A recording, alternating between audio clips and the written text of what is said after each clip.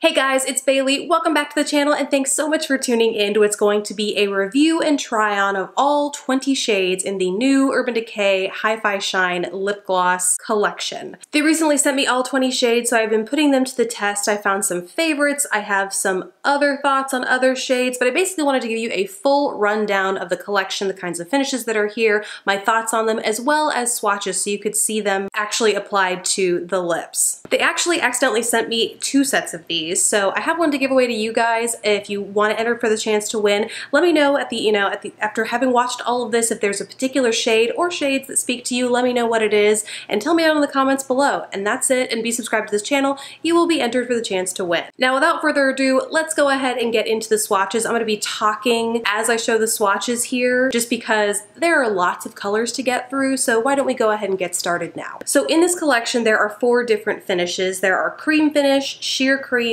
holographic, I was pretty excited about that, and metallic. The wand with these is a pretty standard doe foot. It has a silicone paddle, but then it's flocked, so you have that fuzzy goodness on it to actually grip the gloss before you apply. The texture of the gloss is super smooth. It's right in between thick and thin. I wouldn't say it's thick and gloopy, but it's also not so thin that you can really feel the texture of your lips underneath. It's sticky in a way that it clings to your lips, but when you go and blot your lips together, you're not going to notice those strings kind of pulling in between your lips as you open and close your mouth, which is kind of a must for me. They describe it as a cushiony texture, and as weird as that is, that's exactly how I would describe it. It has like that describes the thickness to me. It's not goopy, but it's soft enough to where it has a little bit of give. And I also think that thickness is the perfect texture to hide any additional texture you might feel from glitter in there, from either the metallic or the holographic finishes, where there's just those larger shimmers or pigments in there, to where in some glosses, when you put on a shimmery or glittery sort of gloss shade, I can feel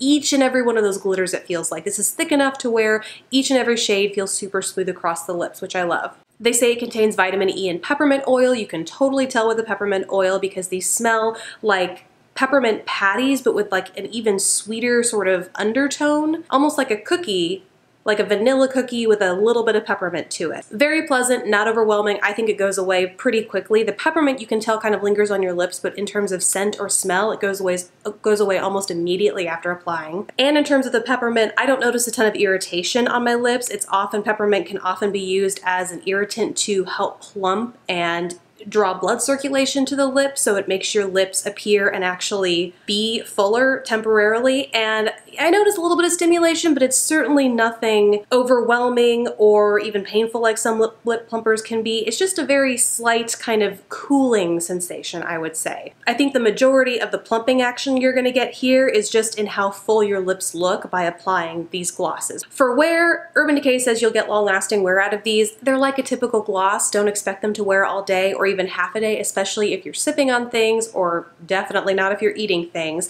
I would say if you don't do any of that, sure, they will definitely stay in place. They're not going to wear off just from simple blotting your lips, licking your lips, things like that. They are good at staying in place in terms of those things, but they're certainly going to come off with your regular eating and drinking and stuff. And what you will notice, or what I personally noticed with especially the holographic and the metallic-y glittery shades, those glitters and shimmers, and I think you'll see this even with the demos here, those glitters definitely cling to the fine lines and the texture if you have any on your lips. So you might find at the end of the day or in the middle of the day when you look in the mirror that the glossy finish is gone, but you still have a ton of glitter on your lips. Not personally a bad thing for me. I think it just means that those finishes need a little bit more regular maintenance and reapplication. The other interesting thing I noticed here is that for as bright and vibrant as some of these look in the tube, they do not come off nearly that bold on your lips. A few of the shades that are cream finish and super bright definitely do, but others I was a little shocked by, like the deeper shades with the glitter. Those came off very sheer on the lips. So that's just something to be aware of, and something that I think swatches are so helpful with, because what you see in the tube is not always what you're going to get on the lips. That said, no matter how pigmented any of these shades are, whether they are super saturated or just kind of a whisper of a color on the lips, there was no bleeding or feathering or separation, kind of like weirdness going on within the product itself on your lips. So, not so frequently, but occasionally you'll run into a formula where it's like they try and put a cream finish, they make it a cream cream finish lip gloss or they put pigment in a gloss and so it's super saturated, but I'll find that the pigment doesn't lay evenly. When you blot your lips, you'll get like lines where you can see your lips touched versus where they didn't, and that just doesn't happen at all with these. The pigment stays really evenly distributed across your lips pretty much no matter what. And so I think that lends itself to kind of staying in place also in terms of the boundaries of your lips. Actually, I might have spoke too soon. There was one exception to that experience, and that was the shade Midnight Cowgirl. That was the one, and I definitely think you'll be able to see it in the demo here, but when I applied it, there really was no getting it right in terms of how it laid across my lips, and once it was finally on my lips in a good way, I might blot them or something would move, you know, life happens, and it would just kind of look funky and cling weirdly to my lips. Which is so odd because this is one that I thought was just gonna be so universally flattering, very sheer,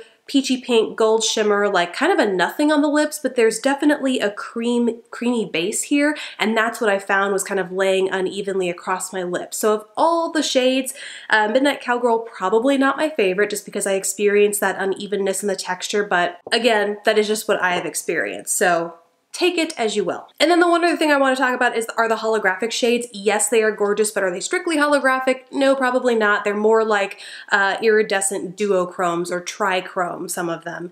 And they are very subtle. Like I said, a lot of these look like something bold in the tube, but then when you actually go to apply it, they sheer out.